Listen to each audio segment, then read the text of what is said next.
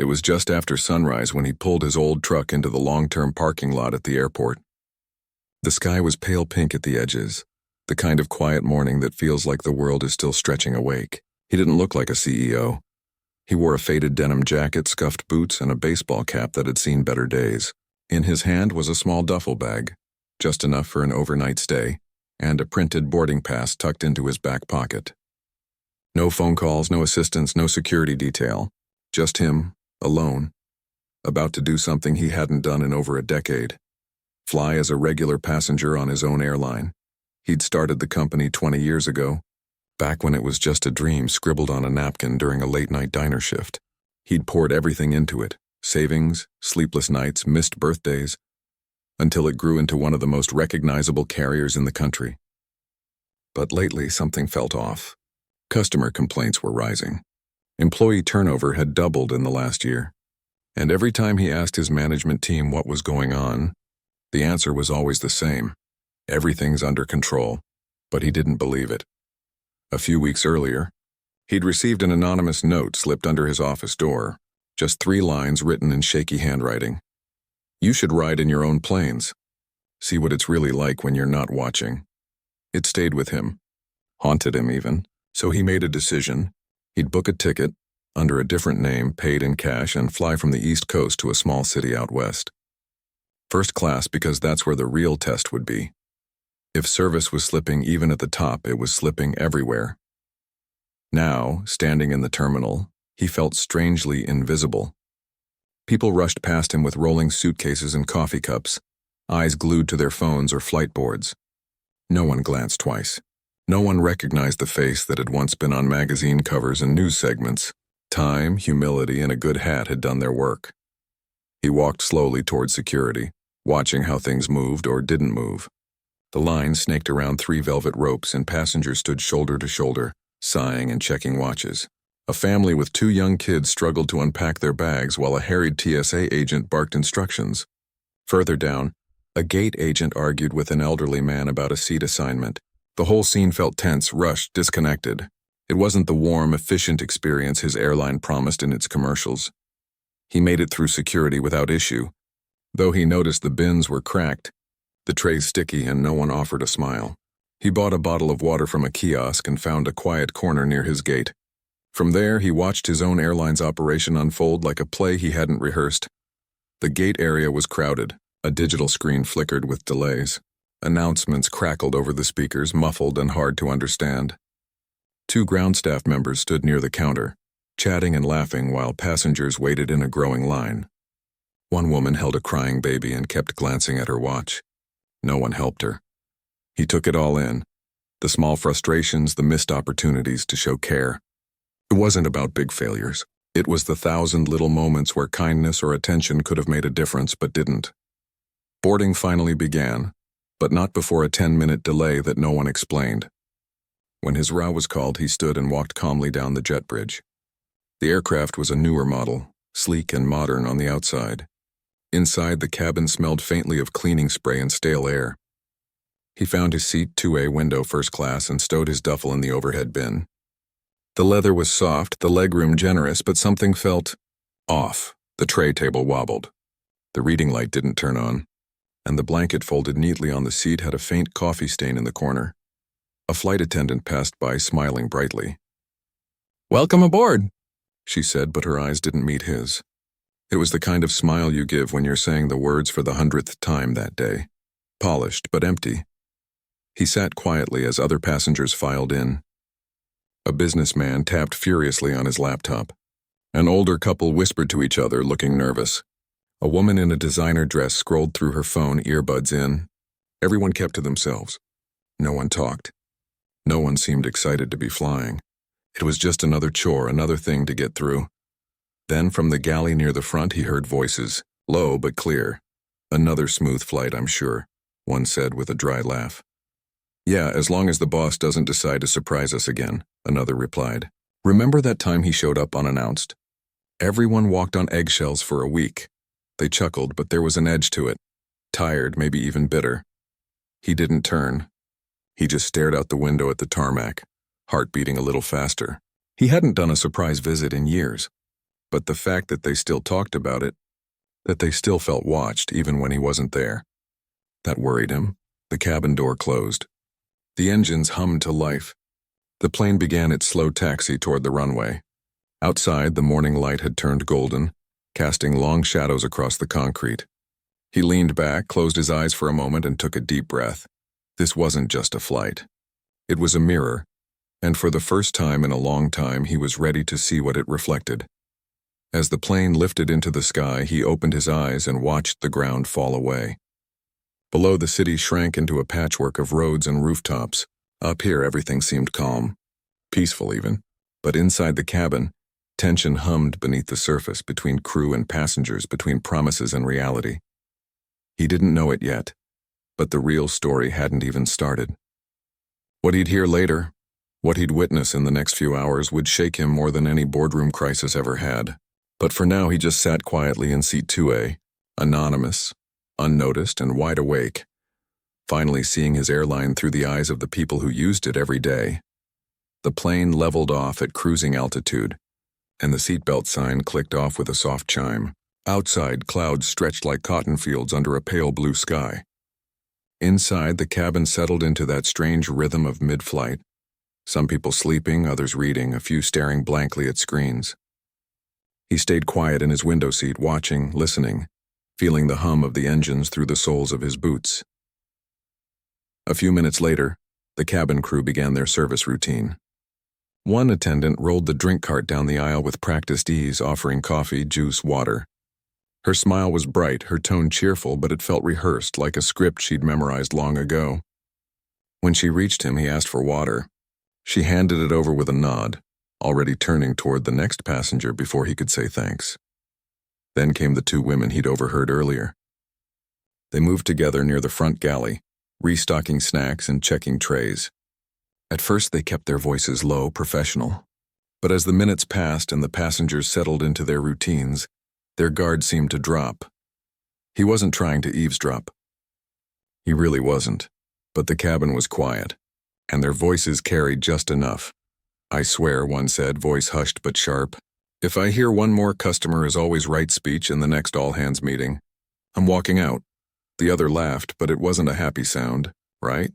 Like any of them up top actually know what it's like down here. You think the big guy ever stood in coach for 6 hours with a crying baby and a broken AC unit? No way, the first replied. He's probably sipping champagne in some private jet, wondering why profits are down. They both chuckled, but there was weariness underneath it. Frustration built up over months, maybe years. He felt his chest tighten. He wanted to speak up, to tell them he was right there, listening. But he didn't, because if he did, the truth would vanish. They'd shut down, smile politely, say all the right things, and he'd never hear what they really thought again. So he stayed still, silent. Just another passenger.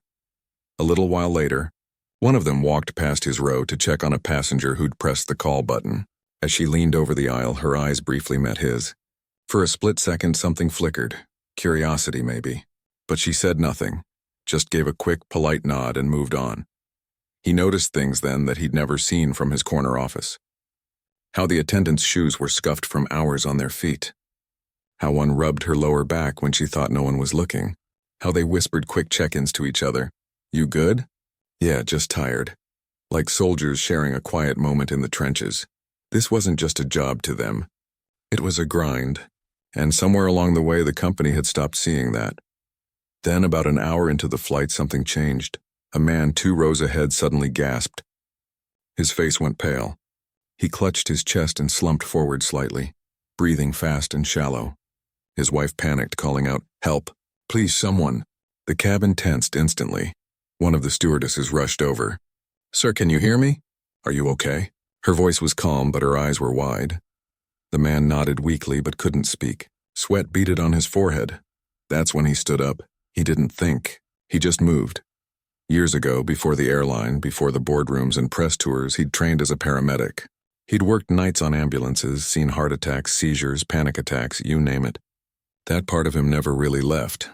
"I've got some medical training," he said quietly as he approached. "Let me help." The stewardess hesitated for just a second. Protocol said only crew should handle medical situations, but something in his voice, His posture made her step aside.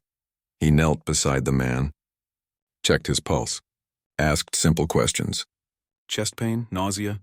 Did this happen before? The man nodded faintly to each. He might be having a mild cardiac episode, he said. Not full arrest, but we need to monitor him closely. Keep him calm. Oxygen would help. The two stewardesses sprang into action. One grabbed the onboard medical kit. The other radioed the cockpit to inform the pilots. They followed his instructions without question, their earlier fatigue replaced by sharp focus. He stayed with the passenger, speaking in a low, steady voice. You're going to be okay. Just breathe with me. He guided the man through slow inhales and exhales, kept his hand on his shoulder, a small human touch that seemed to ground him. Within minutes, the man's breathing evened out. Color returned to his face. The wife, tears in her eyes, kept whispering, "Thank you, thank you." The lead flight attendant came over once things stabilized. "We're diverting to the nearest airport as a precaution," she said. "Medical team will meet us on the ground." He nodded. "Good call." Then she looked at him, really looked at him for the first time. "You handled that like you've done it before." "I used to," he said simply. She studied him a moment longer, like she was trying to place him. But he just gave a small smile and walked back to his seat. The rest of the cabin was quiet. People who'd been watching now looked away, pretending they hadn't seen anything. But the energy had shifted. There was a new kind of respect in the air, not for the airline, but for the stranger in 2A who'd stepped up without hesitation. Back in his seat, he felt drained. Not from the effort, but from the weight of what he'd just witnessed and what he'd overheard before it. Those two women hadn't been disrespectful. They'd been exhausted, overworked, and worst of all, they felt invisible, like their voices didn't matter to the people running the show, and maybe they were right. He thought about the man who'd just had a health scare. What if no one on board had known what to do? What if the crew had been too burned out to respond quickly? The system only worked if the people in it were cared for too. As the plane began its gentle descent toward the diversion airport, he stared out the window again. The clouds below looked softer now, less distant. He wasn't just a passenger anymore. He was a witness. And what he'd seen couldn't be unseen. The stewardesses moved through the cabin, reassuring passengers, updating them calmly. Their earlier sarcasm was gone. In its place was professionalism, yes, but also something warmer, humanity. One of them passed his row again and paused. "We really appreciate your help back there," she said quietly. He met her eyes. "You all did the hard part. I just filled in." She gave a small, genuine smile this time, no script, no performance. Just real. And in that moment, he knew what he had to do. Not fire anyone, not send another memo, but listen. Really listen. Because leadership wasn't about being seen from above. It was about showing up where it mattered, even if it meant sitting in 2A wearing an old jacket, and hearing the truth no one else dared to say. The plane touched down smoothly at a small regional airport, tires kissing the tarmac with a soft hiss. Emergency vehicles waited near the gate, lights flashing but silent, a practiced calm. Within minutes, paramedics boarded, assessed the passenger, and helped him off the aircraft with gentle efficiency. His wife clung to his arm, visibly shaken but relieved. As they disappeared down the jet bridge, the cabin exhaled. A quiet ripple of murmurs passed through the seats. Relief, curiosity, a few hushed prayers. He stayed in his seat, watching it all unfold. No one asked him questions. No one treated him like a hero. And that was fine. He hadn't stepped in for recognition. He'd done it because it was the right thing to do, something he'd taught his own teams in early training sessions years ago. If you see someone in need, help. Titles don't matter at 30,000 feet. Once the medical team cleared the aircraft, the captain's voice came over the intercom. "Ladies and gentlemen, thank you for your patience. We'll be refueled and back in the air shortly. Our revised arrival time will be about an hour later than scheduled. We appreciate your understanding." A few groans rippled through the cabin, but most passengers just nodded or went back to their phones. Travel delays were part of the routine now. Annoying, but expected. What surprised him, though, was what happened next. Instead of retreating to the galley or scrolling on their devices, the flight attendants moved through the cabin with a new kind of energy. One handed out bottles of water without being asked. Another checked on an elderly woman who'd looked uneasy during the diversion. The two he'd overheard earlier worked side by side, not whispering sarcastic remarks this time, but speaking softly to passengers, offering extra blankets, even cracking a gentle joke to lighten the mood. It was like the crisis had reset something in them, not just their focus, but their connection to the people around them. He watched one of them pause near his row. She didn't say anything at first, just looked at him, really looked like she was trying to piece together who he was. Not his name, she didn't know that, but the kind of person he was. "You handled that like you've done it 100 times, she finally said, voice low. "More like a lifetime ago," he replied with a small smile. "But some things stick with you," she nodded slowly. Most folks would have stayed in their seat, called for help and waited. Waiting wasn't an option, he said simply. She studied him another moment, then gave a quiet, "Thanks again," before moving on. That brief exchange stayed with him. It wasn't gratitude he was after, it was understanding. And for the first time in years, he felt like he was seeing his own airline through clear eyes, not filtered by reports or polished presentations. When the plane finally took off again, the mood on board had shifted. There was a quiet camaraderie now, like everyone had shared something real. Even the businessman who'd been glued to his laptop earlier asked a flight attendant how her day was going, and actually listened to the answer. He leaned back and closed his eyes, but sleep wouldn't come. His mind was racing, not with logistics or damage control, but with people, faces, voices. The way the stewardess had rubbed her wrist like it ached, the way the other one's voice cracked slightly when she spoke to the scared passenger. These weren't just employees.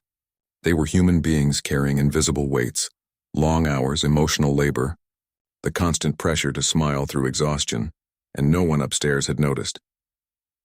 Back in his office, he'd approved budgets, reviewed safety metrics, signed off on new uniforms. But he hadn't asked, "Are you okay? Do you feel heard? Is this still the place you're proud to work for?"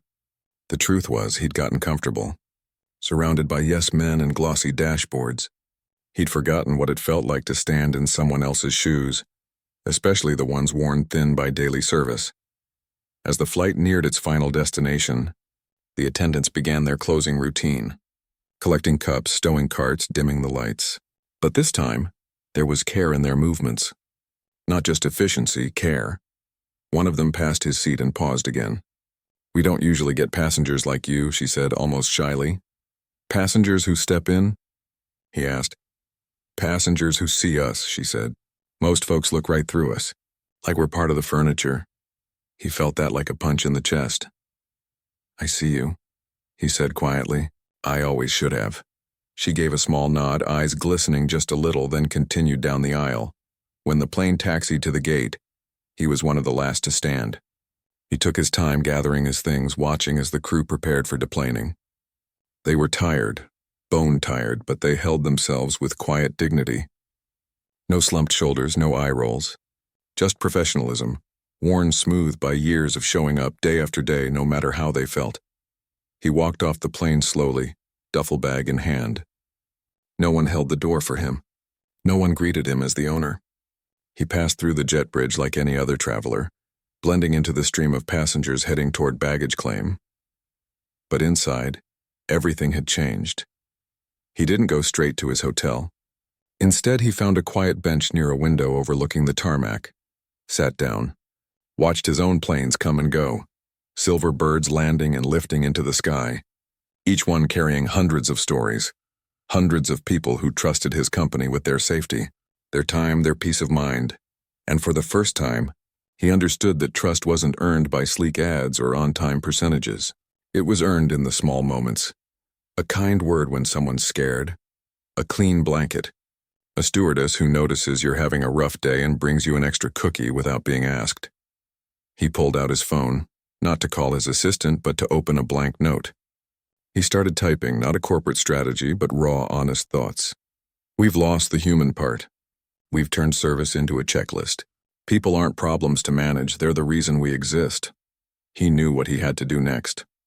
Not tomorrow, not next week, now. But he also knew he couldn't just walk into headquarters and announce changes based on one flight. That wouldn't fix anything. Real change had to come from listening, not once but constantly, from creating space for voices that had been drowned out by spreadsheets and shareholder reports.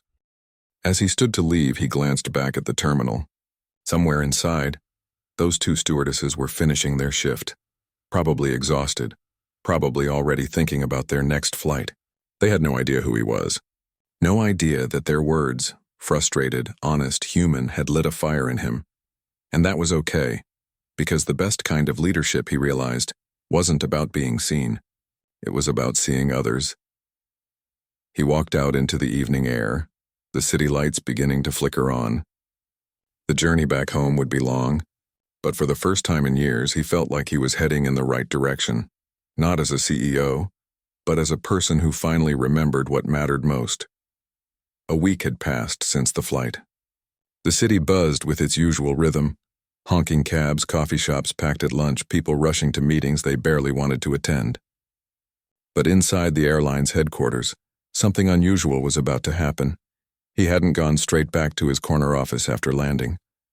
Instead, he spent 2 days walking through maintenance hangars, crew lounges, and customer service centers, still in plain clothes, still unnoticed. He listened to baggage handlers complain about outdated scanners. He heard gate agents talk about impossible schedules. He even sat in the break room while a group of flight attendants swapped stories over lukewarm coffee, their laughter tired, but real. Each conversation added another piece to the puzzle. The problem wasn't laziness or lack of training. It was disconnection. Somewhere along the way, the company had grown so big that the people at the top forgot what it felt like to be on the front lines. Now, standing in the hallway outside the main conference room, he adjusted his collar. He wasn't wearing a suit today, just a clean button-down and dark slacks, nothing flashy. He wanted to look like someone who belonged, not someone who owned the building. Inside, the room was filling fast.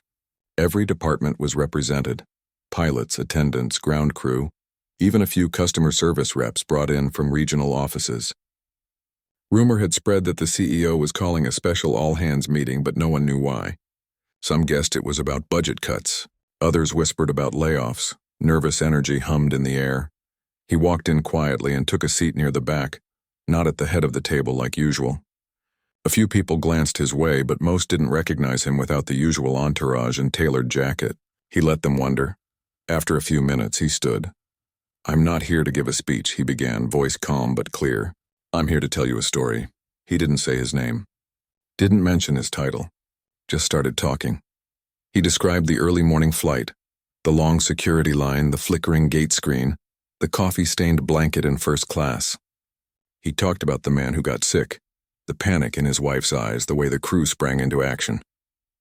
He mentioned the stewardesses by their actions, not their names, how one rubbed her wrist like it hurt, how the other whispered to a nervous passenger like she was talking to a friend. Then he said the part that made the room go still. "I was that passenger in 2A. A beat of silence, then murmurs. Heads turned, eyes widened, he kept going. "I heard what was said in the galley.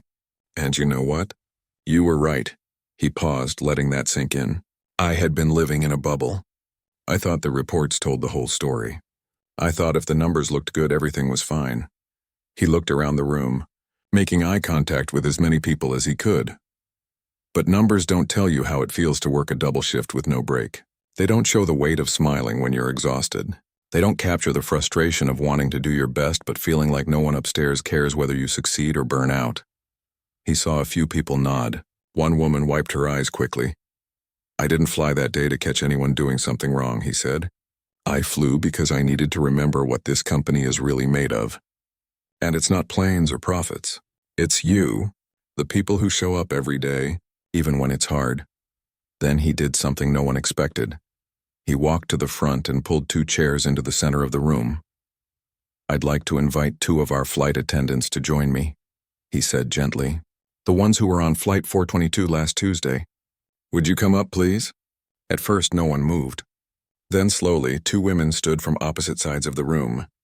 They looked terrified, pale, wide-eyed, gripping their notebooks like lifelines. Everyone knew who they were now, and everyone held their breath. They walked to the front, shoulders tense. He didn't shake their hands or put on a show. He just gestured to the chairs. "Please sit." They did stiffly. "I owe you both an apology," he said, voice low. "Not because you spoke your truth, but because you felt like you had to whisper it in the first place." One of them swallowed hard.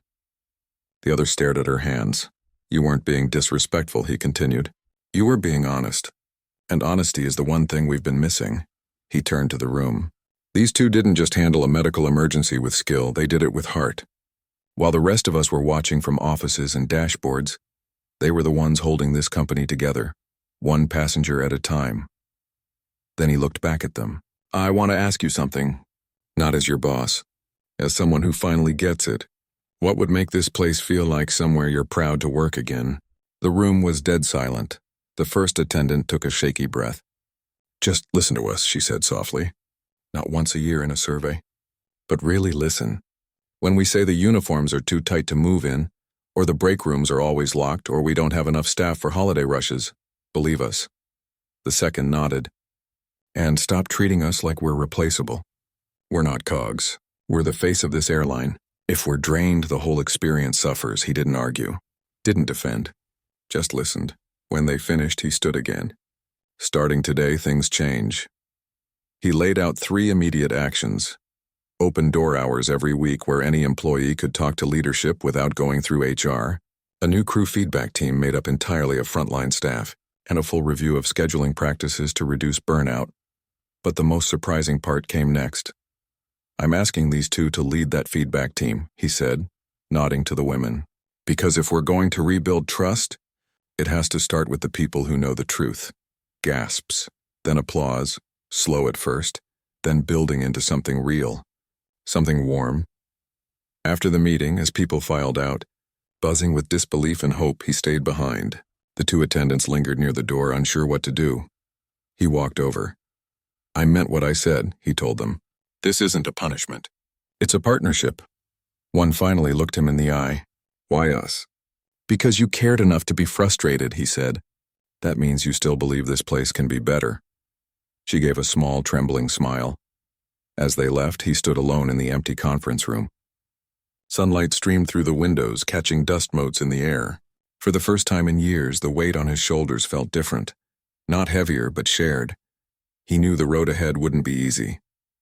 Old habits don't vanish overnight. Systems don't fix themselves. But for the first time, he wasn't trying to fix things from the top down. He was starting from the ground up, where the real work happened. Where real people showed up day after day, even when no one was watching. And that, he realized, was where true change began. 3 months later, he stood in the back of a nearly empty cabin, watching the sun dip below the horizon through the oval window. He wasn't in first class this time. He was in coach, seat 24C, wearing the same worn baseball cap, the same quiet demeanor. No one recognized him, and that was exactly how he wanted it. This wasn't his first mystery flight since that life-changing journey. It was his 5th, and each one felt less like an inspection and more like a homecoming. The changes had started small but spread fast.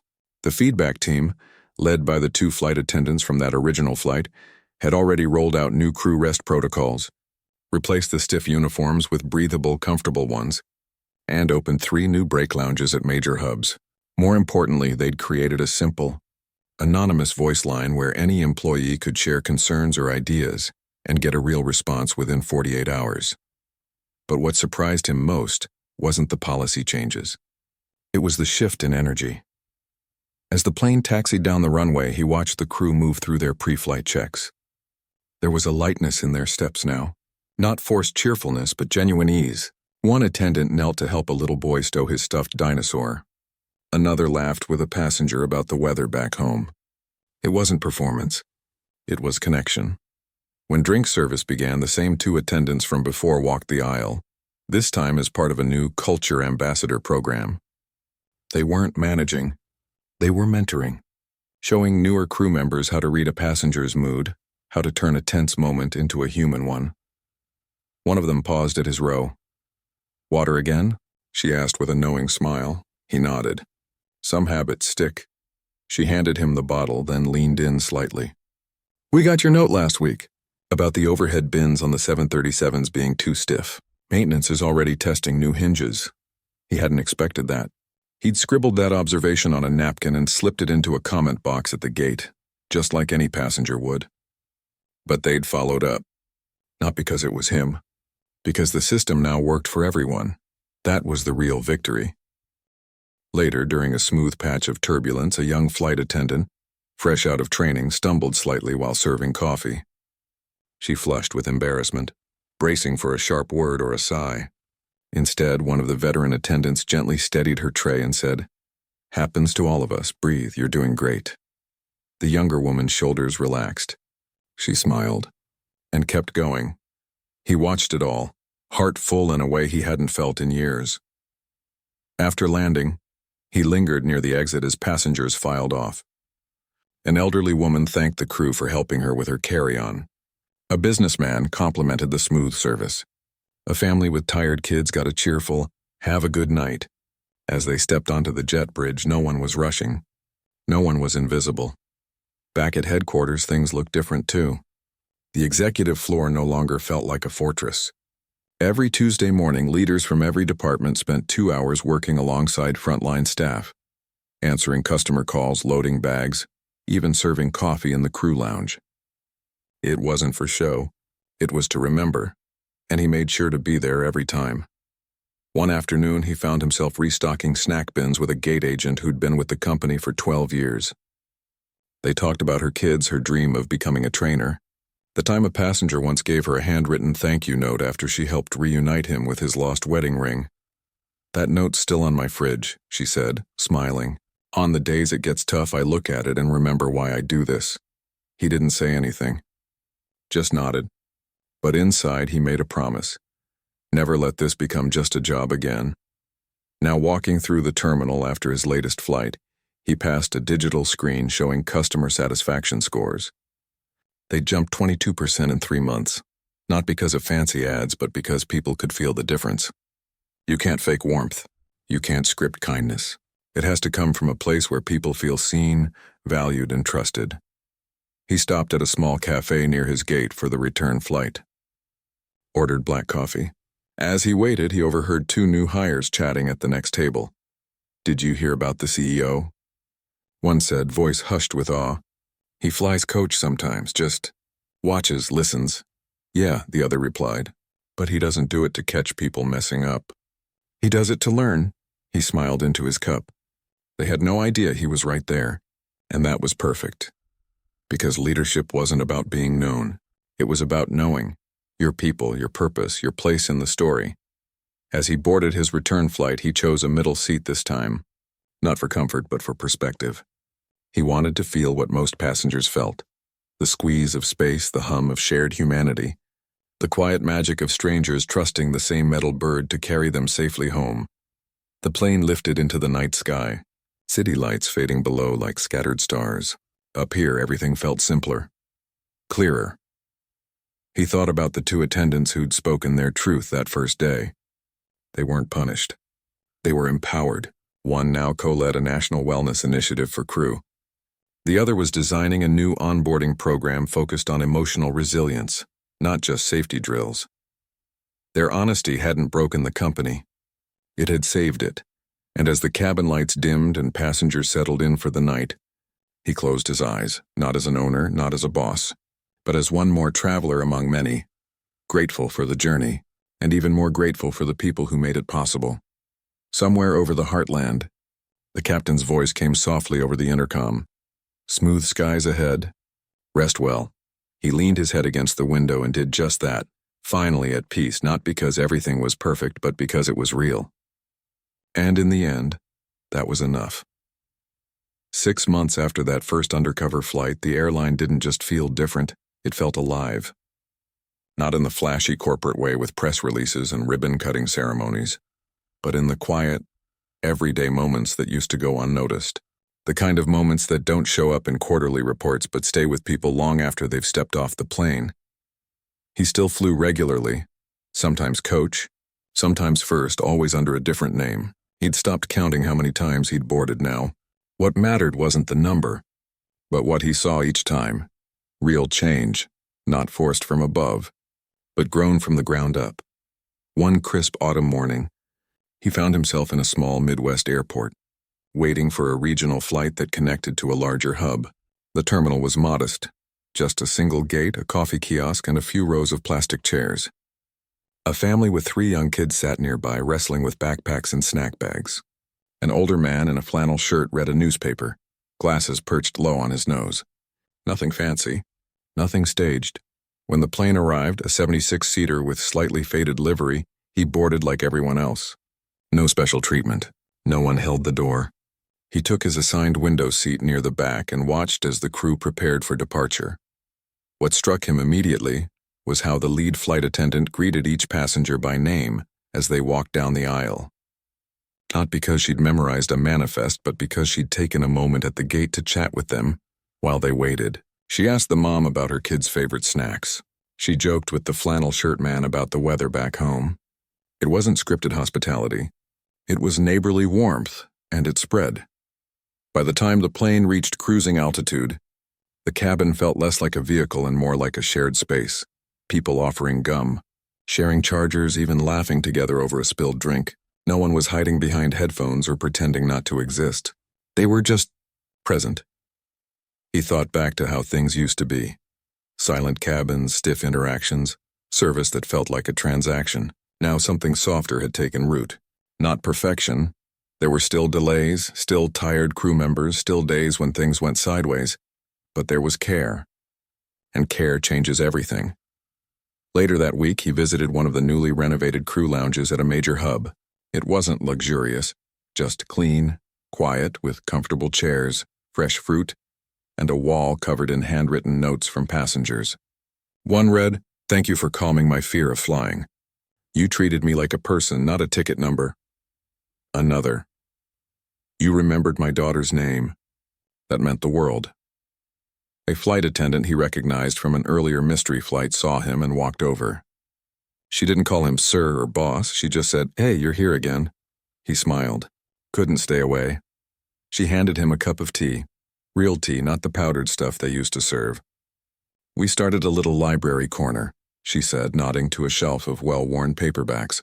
"Crew leave books they've finished. Take one, leave one. It's become kind of a ritual." He picked up a dog-eared copy of a classic novel. On the inside cover, someone had written, "Read this over Denver."